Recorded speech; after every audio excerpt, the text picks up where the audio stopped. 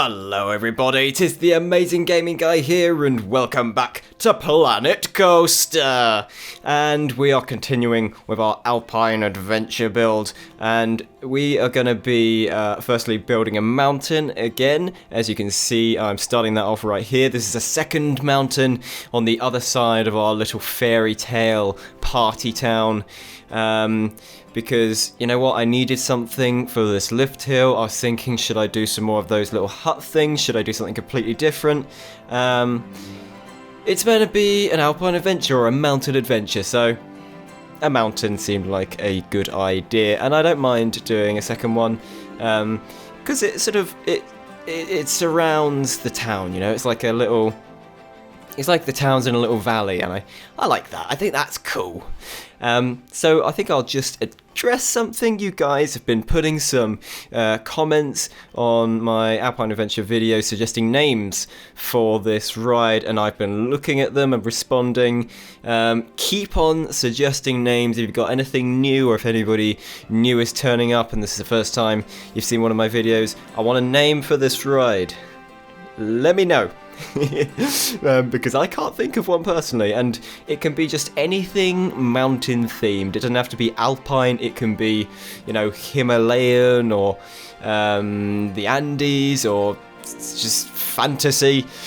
Who knows? Any mountain name, it would do. Some of the ones I got so far are the Crazy Cog Train, that's from Mr. Airship Captain on YouTube. Let's see what else we got. We got the Everest Express from Wyatt Peters. Swiss Track. It's got a little accent on the A there. I don't know. From Bananche Mina. I think that's Scandinavian. That name, maybe. Not entirely sure. Beanie Cat says Explorer Peak. These are good names. I like these names. So they are definitely in contention for the name of this coaster. Anyway, that's enough about names. Let's get back to the ride. So I've built this mountain, and I've sort of roughed it up a bit so that it's a little bit more naturally formed. It's not a big rounded bulbous mess. And I'm going down with some sort of wooden wall plank things, and I'm just doing sort of expanded sleepers. I've done this on other bridges and things before with thinner wooden planks.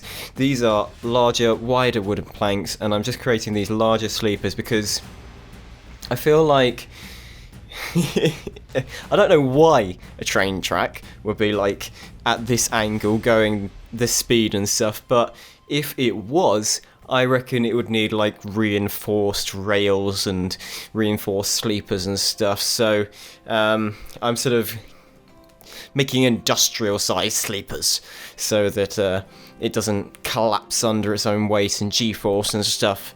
Just trying to make it a little bit more realistic as you can make a crazy mine train coaster that dips in and out of mountains at high speed.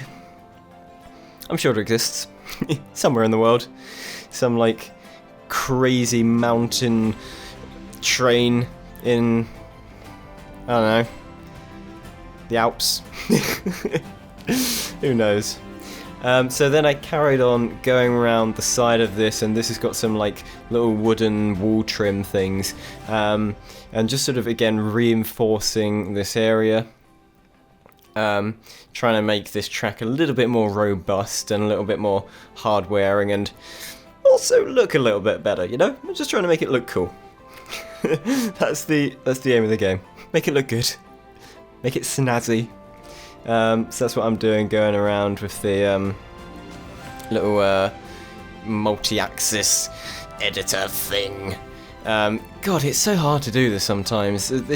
This took a long time to do. I don't get a huge amount done in this video just because this stuff is so fiddly and it takes such a long time.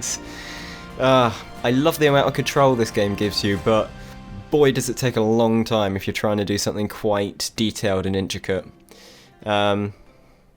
But anyway, I'm carrying on with some fences going around, and you'll see in a bit I'm actually going to make this a sort of double height fence because you don't want the little people flying out to their deaths. If there were some sort of problem with the safety mechanisms on the coaster or something, I don't know. They do have these sorts of things sometimes, like fences and nets and things as well to catch objects that might fall off the ride, like flip-flops and hats and watches. Anything really, anything that's on you and it's kind of loose. Would they look like this? Probably not, but I thought it looked cool, so I did it. Yeah, I thought it was alright. Looks nice.